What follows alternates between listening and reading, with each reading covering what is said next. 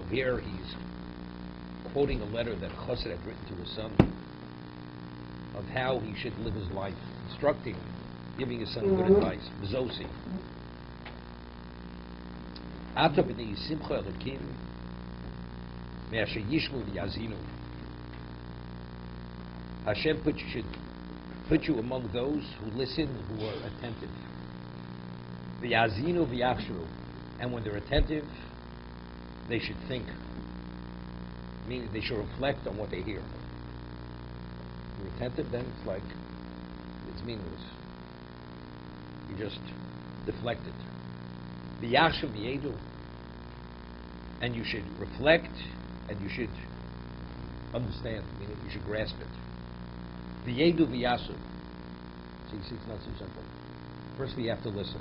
And even if you're listening, you have to be attentive. Even if you're attentive, to affect you, you have to reflect. And even if you reflect, now the question is, did you really fully grasp it? If you grasp it, do you do it? Many stages till you arrive at the actualization. Hashem should not allow you to be among those who drown in their mistaken ways. Hashkurim b'yein hasichlus. They're drunk with the wine of foolishness.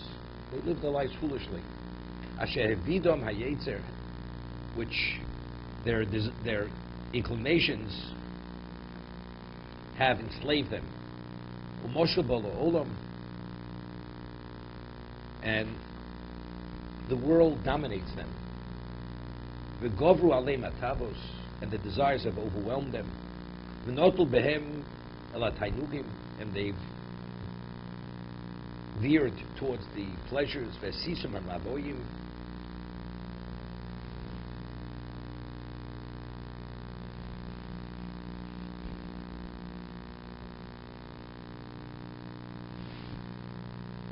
Sisum hamavoyim. How does he translate that? Rostem, pleasure. Those who are driven by obsession and seduced by lust. That's it. They've been driven by obsession. That's Sisum hamavoyim. The shiosum achemdo.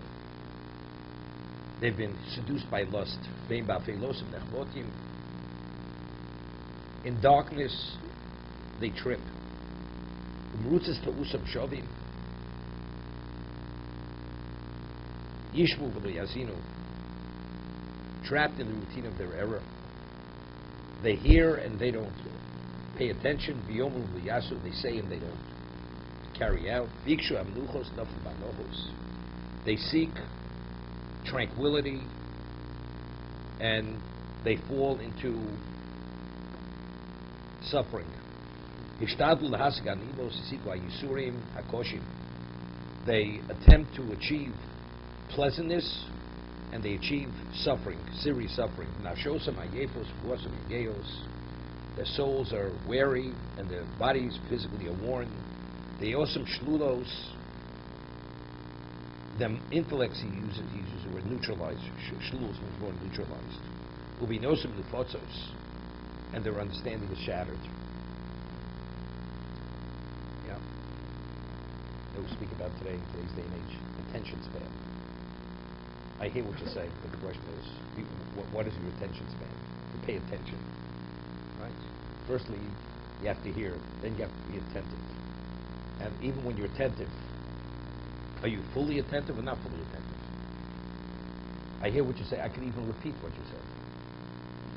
Yeah, but you can repeat the words, but they mean nothing to you. Nothing registered.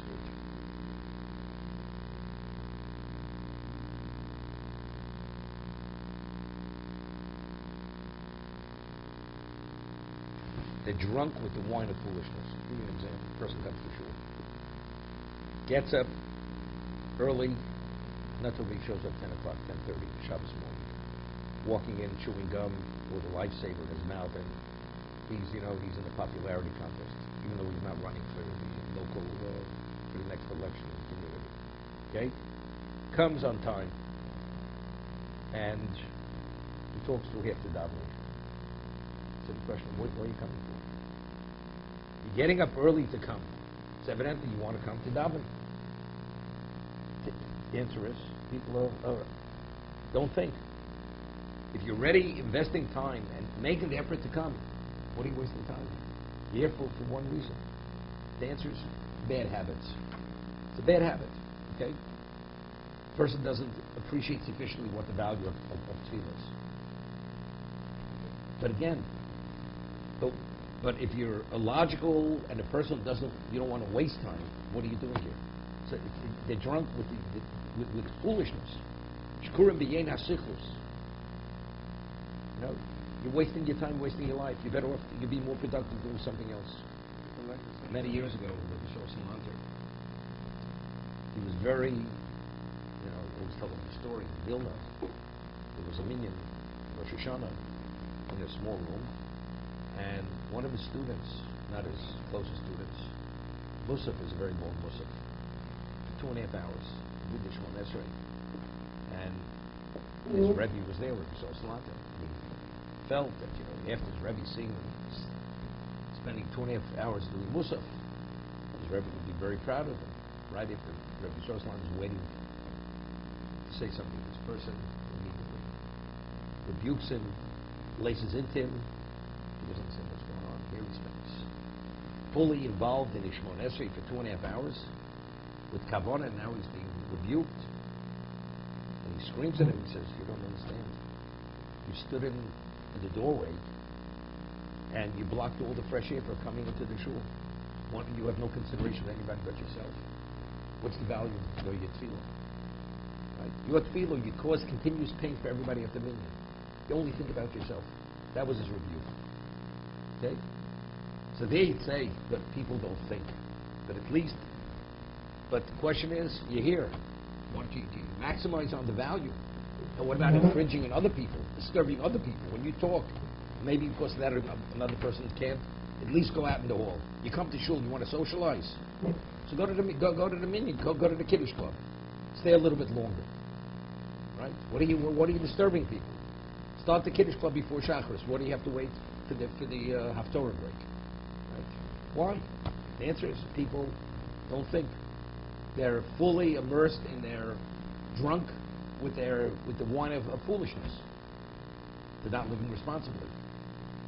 Remember David Finkelstein over the show, the Shabbos and Fifth English Shul used to say, if people would run the business the way they run the shul, they would go bankrupt. That's what he used to say. And he used to say, people when they come to shul, they leave their brains at home. Those were his words. So this kind of behavior, you're a responsible businessman, upright business, until we behave in shul. The answer is, this is shul, that's my business, It's a whole different mindset, different focus.